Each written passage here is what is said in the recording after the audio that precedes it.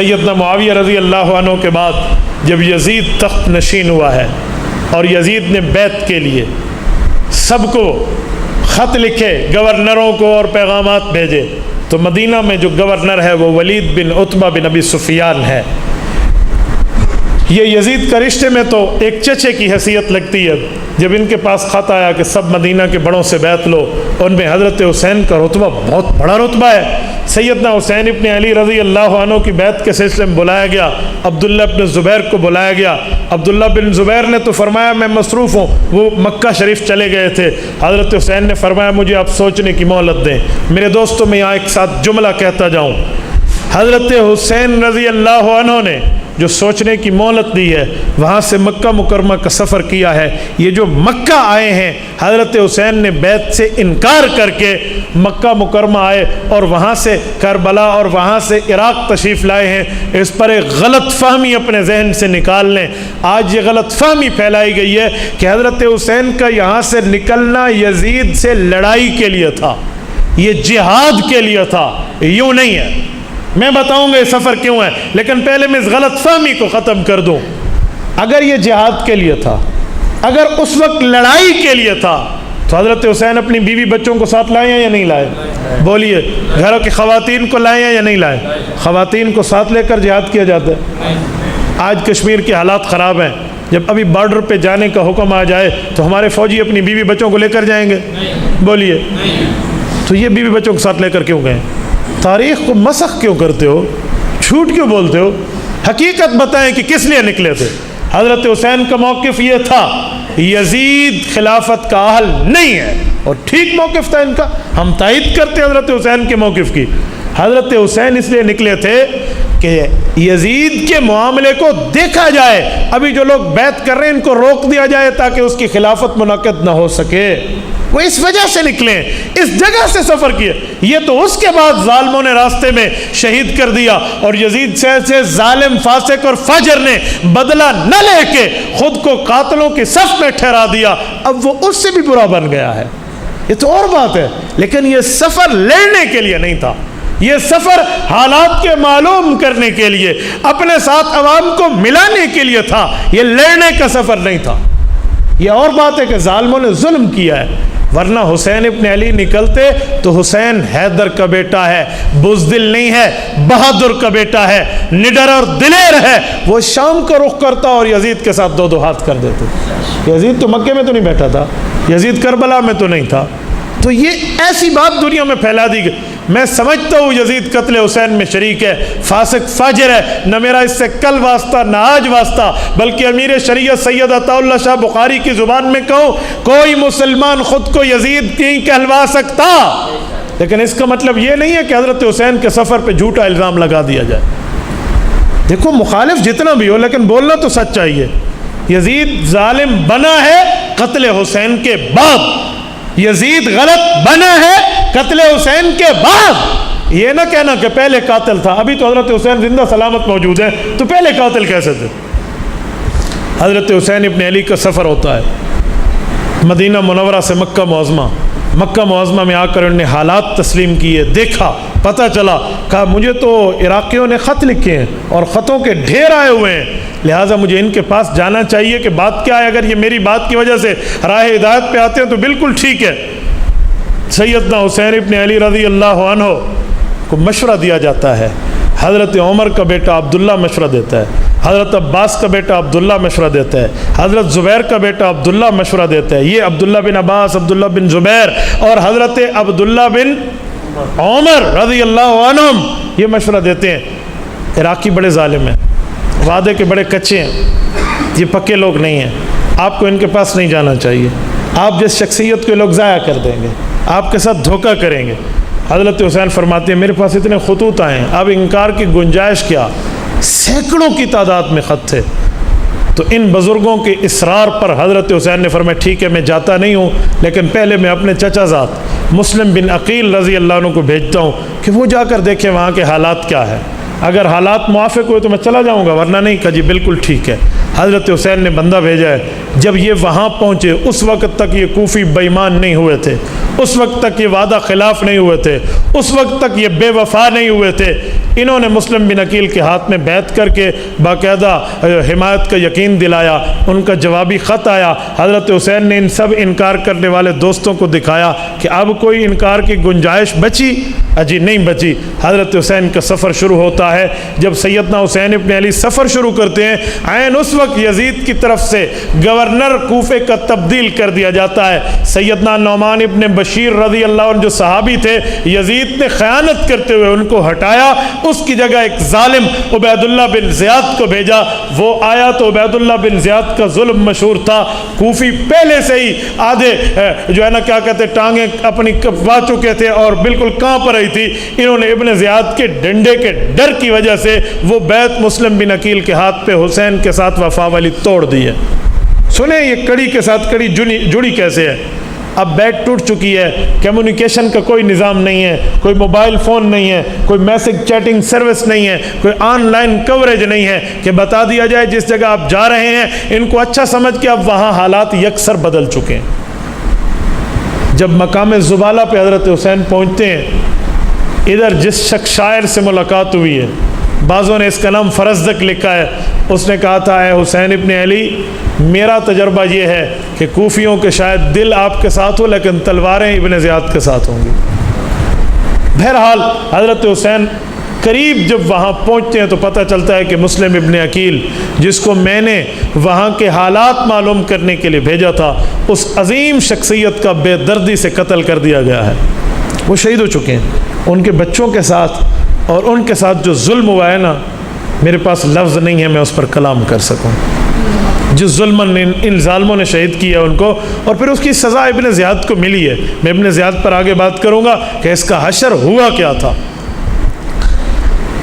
حضرت حسین ابن علی رضی اللہ عنہ کے لشکر سے مسلم ابن عقیل کے رشتہ دار کھڑے ہوتے ہیں کہ اب تو ہم قصاص لینے کے لیے جائیں، اب تو ہم بدلے کے لیے جائیں. بہرحال جب وہاں پہنچتے ہیں تو ابن زیاد نے ایک اپنے گھڑ سوار کو 1000 بندے دے کر اپنی طرف سے ایک کمانڈر کو بھیجا ہے. یہ عمر بن سعد آیا ہے. یہ آ کے حضرت حسین سے بات کرتے ہیں. بات کیا ہے، وجہ کیا ہے، معاملہ چلا. اس موقع پہ حضرت حسین رضی اللہ تعالیٰ عنہ نے جو یہ 3 باتیں پیش کی ہیں، نمبر 1 مجھے واپس جانے دیا جائے، نمبر 2 مجھے یزید کے پاس بھیجو، میں دیکھتا ہوں میرا معاملہ اس کے ساتھ چلتا کیا ہے. یہ لفظ بیعت کا نہیں ہے، لوگ جھوٹ بولتے ہیں کہ بیعت کرتا ہوں. ہاتھ میں ہاتھ دینے کا معنی 2 ہاتھ کرنا بھی ہوتا ہے. ہو سکتا تھا کہ شاید یزید سے حضرت حسین رضی اللہ عنہ کی ملاقات ہو جاتی تو شاید کچھ معاملہ بن جاتا، لیکن ابن زیاد جیسا ظالم جو درمیان میں تھا اس نے ملاقات نہیں ہونے دی. کیوں؟ وہ یہ جانتا تھا کہ جب حضرت حسن رضی اللہ عنہ کی ملاقات امیر معاویہ سے ہوئی تھی تو صلح میں بدل گیا تھا معاملہ. وہ یہ جانتا تھا اس ظالم جو خون اہل بیت کے پیاسے تھے، یہ ظالم ملاقات نہیں کرنے دے رہے تھے. یہ ہو سکتا ہے کہ سیدنا حسین جیسی روحانی شخصیت اگر یزید کے سامنے آئے اور یزید کا بس چل سکے، وہ کوئی بات کر سکے. یزید حضرت حسین کے پاؤں کی خاک بھی نہیں ہے، یہ کیا بات کرتا، لیکن ان ظالموں نے نہیں آنے دیا. عمر بن سعد کے سامنے یہ دوسری شرط. تیسری شرط تھی کہ مجھے کسی سرحد پہ بھیج دیا جائے، میں جانوں اور کفار کا معاملہ جانے. اس نے یہ 3 شرطیں لکھی اور اپنے گورنر ابن زیاد کو بھیج دی کوفے میں کہ اب تو بات ٹھیک ہے، حضرت حسین نے تو بہت شرطیں پیش کر دی ہیں، اب تو معاملہ صحیح ہے، اب تو لڑائی نہیں کرنی چاہیے. اس جگہ عمر بن سعد کا لہجہ نرم تھا حضرت حسین کے ساتھ. جب یہ خط اس کا گورنر کے پاس ابن زیاد کے پاس پہنچتا ہے تو وہاں ایک اور ظالم بیٹھا ہے جس کو شمر ابن ذوالجوشن کہتے ہیں. یہ شمر ابن ذوالجوشن، اس کی ایک بہن ہے ام بنین. وہ سچی اور اچھی خاتون ہے، وہ حضرت علی المرتضیٰ کی بیوی ہے. ان کا ایک بیٹا عثمان ابن علی ہے اور شمر ان کا بھائی ہے ام بنین کا. لیکن یہ ظالم حضرت حسین کا بغض اپنے دل میں رکھتا ہے. اس ظالم نے گورنر کو مشورہ دیا کہ نہیں نہیں نہیں نہیں نہیں، اس کو چھوڑنا نہیں ہے. اگر یہ آج تمہارے ہاتھ سے چلا گیا اپنے بندے اور لے کر پھر آئے گا، اس نے پھر ہمارے معاملے کے خلاف کرنا ہے. اس کو کہو میرے ہاتھ پہ بیعت کر. ابن زیاد کا کہا. کتنی گھٹیا شرط ہے، کتنی. ان کا حکمران یزید حضرت حسین کے پائے کا نہیں ہے، اور حکمران کا بھی جو ہے نا کیا کہتے ہیں وہ گورنر حضرت حسین کی بیعت لے. نوکراں چاکر تے چاکراں دی کیش کیش. یہ مقام غیرت ہے جس موقع پہ حضرت حسین نے انکار کیا ہے اور ان کو کرنا چاہیے تھا. سیدنا حسین ابن علی المرتضیٰ رضی اللہ عنہ نے فرمایا جی میں یہ کام نہیں کر سکتا، آپ مجھے اپنے بڑے سے ڈائریکٹ ملواؤ، میں وہاں بات کر لیتا ہوں. ہو سکتا ہے حضرت حسین کو جو شک تھے یزید پر کہ کہ اس کی نمازیں ٹھیک نہیں ہیں، اس کے حالات ٹھیک نہیں ہیں، اس کے اعمال ٹھیک نہیں ہیں، حضرت حسین یزید کو یہی کہتے کہ اعمال ٹھیک کر ورنہ ہم تیرے ساتھ دو دو ہاتھ کرتے ہیں۔ ہو سکتا تھا کچھ معاملہ بنتا، لیکن یوں ہو نہ سکا۔ اب جب ابن زیاد نے شمر کی یہ بات سنی، کہا اچھا، کہا عمر بن سعد جس کو آپ نے لشکر دے کر پہلے بھیجے وہ تو حسین کے ساتھ مل گیا، اس بندے کو ہٹا دو، مجھے بھیجو۔ تو اس نے 2000 بندے اس کے ساتھ شمر کے ساتھ بھیجے کہ تو جا کر عمر بن سعد کو کہے کہ تو حسین کے ساتھ سختی کرتا ہے بیعت کے لیے تو کر، ورنہ ہم تیری گردن قلم کریں گے۔ اب جو پہلے کمانڈر آیا ہوا ہے اس کو اپنی جان کے لالے پڑ گئے، کہا اب میری نوکری بھی جاتی ہے، میری زندگی بھی جاتی ہے۔ اس موقع پہ ان سب بے ایمانوں اور بدبختوں نے مل کے حضرت حسین کے ساتھ مقابلہ کیا۔ اس موقع پہ جب یہ شمر بھی یہ سارے اس جگہ پہ جب ان نے ظلم اور تشدد کیا تو انہی کے لشکر سے حر تھا، حر ابن یزید، یہ یزید اور ہے، یہ وہ والا یزید نہیں ہے حر کا والد، یہ جو حر تھا اس نے اس موقع پہ اپنے لشکریوں کو کہا کوئی لانتی ہو تمہیں پتہ نہیں ہے یہ بندہ کون ہے؟ یہ وہ ہے جس کو رسول اللہ نے جنت کا سردار کہا ہے، اور تم جنت کے طلبگار بنے بیٹھے ہو، تم جنت میں اس کے بغیر کیسے جا سکتے ہو؟ تمہیں اتنی حیا نہیں آتی؟ اس کی زبان رسول اللہ نے چوسی ہے، اسے رسول اللہ نے پہلی گھٹی دی ہے، یہ فاطمہ کی نسل ہے، یہ حیدر ابن ابی طالب کا فرزند ہے، اور اس کا رتبہ آپ نہیں جانتے، اس کا فضل نہیں جانتے، اس کی کتنی اچھی 3 شرطیں تھی، تم مان لیتے، تم نے آگے جو ہے نا کیا کہتے ہیں ہٹ دھرمیاں شروع کر دی ہیں، اپنی شرطوں سے ہٹو ورنہ میں تمہارے ساتھ نہیں رہ سکتا۔ اس موقع پہ حر کی غیرت جاگی تھی، اس نے وہاں سے گھوڑے کو ایڑ لگائی اور حسینی قافلے میں آ کر شامل ہوا ہے۔ ایسے ظالموں سے حر نکلا کرتے، اور وہ بندہ جب تک حضرت حسین کی شہادت حمایت میں شہید نہیں ہوا نا وہ واپس نہیں گیا وہاں سے، شہادت کے بعد اس کو قبرستان لے جایا گیا ہے۔ تو اس جگہ یہ جنگ ہے، اس جنگ میں سراسر جن لوگوں کا ہاتھ ہے وہ یہ کوفی ہیں، وہ یہ ظالم ابن زیاد ہے، وہ شمر ہے، ان لوگوں نے آ کر معاملے کو خراب کیا اور بات بننے نہ دی۔ سیدنا حسین ابن علی رضی اللہ عنہ کی شہادت کے بعد ظلم دیکھیں، جب ابن زیاد کے دربار میں حضرت حسین رضی اللہ عنہ کا سر مبارک رکھا گیا تھا تو وہ لاٹھی سے اشارے کر کے ہونٹوں پہ مار رہا تھا۔ کہتے اس وقت حضرت حسین کی داڑھی مبارک وسمہ، یہ یمنی مہندی ہے، اس کے ساتھ رنگی ہوئی تھی، تو اس نے اشارہ کیے تو ایک بوڑھے صحابی رسول حضرت زید ابن ارقم رضی اللہ عنہ بیٹھے ہیں۔ یہ وہ زید ابن ارقم ہے جب کافروں نے اپنا پارلیمنٹ دار الندوہ سے بنایا تھا تو اس زید کے والد ارقم نے اپنا گھر دار ارقم کہہ کر حضور پاک کا پارلیمنٹ بنایا تھا۔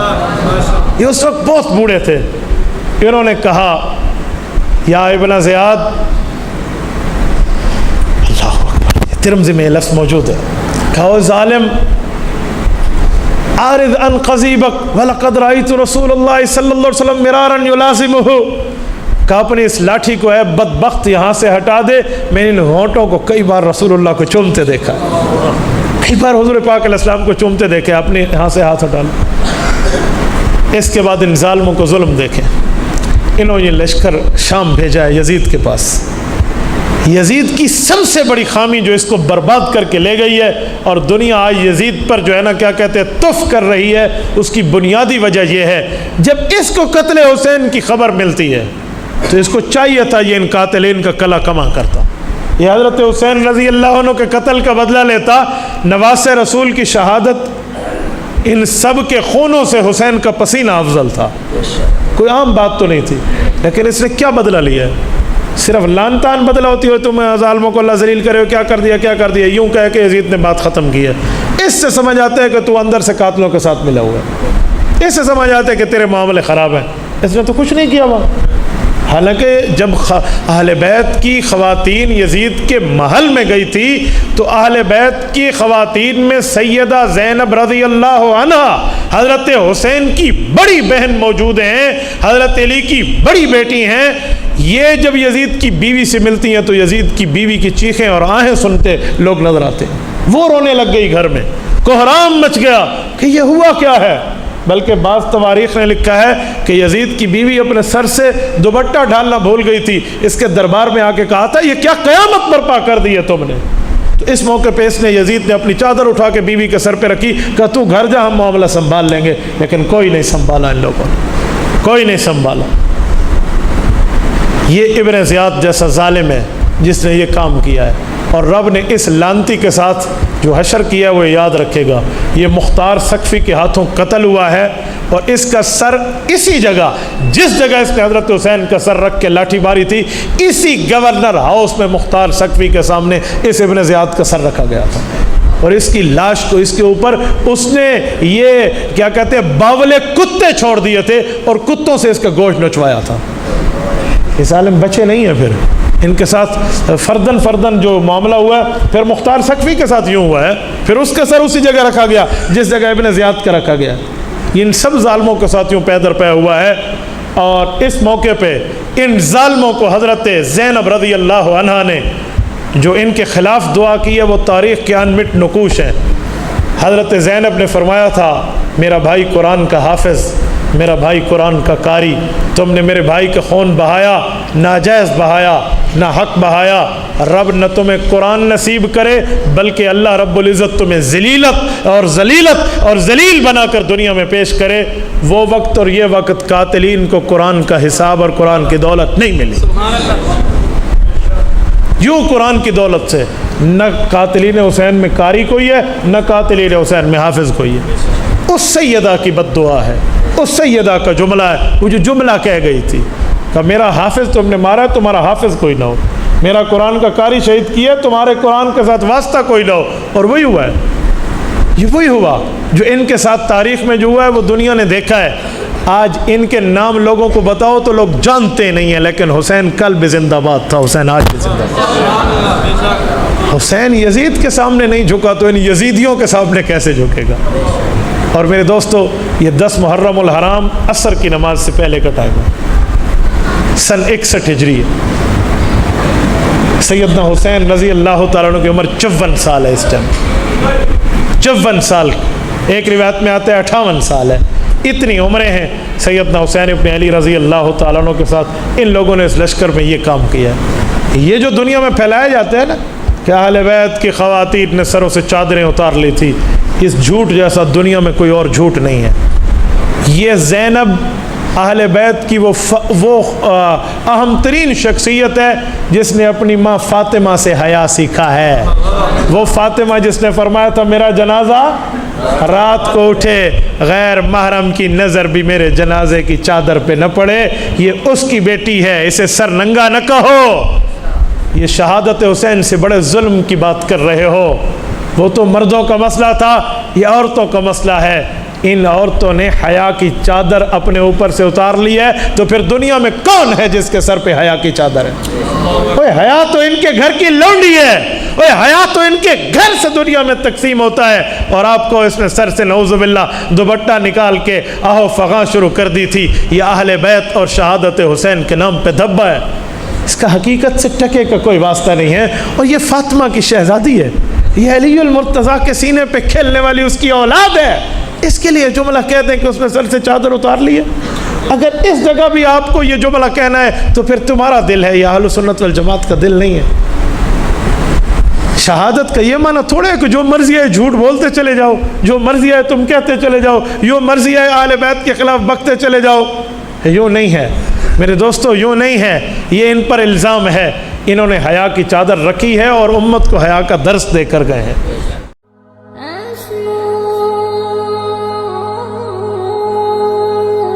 الأريج ميديا by محمد تقي.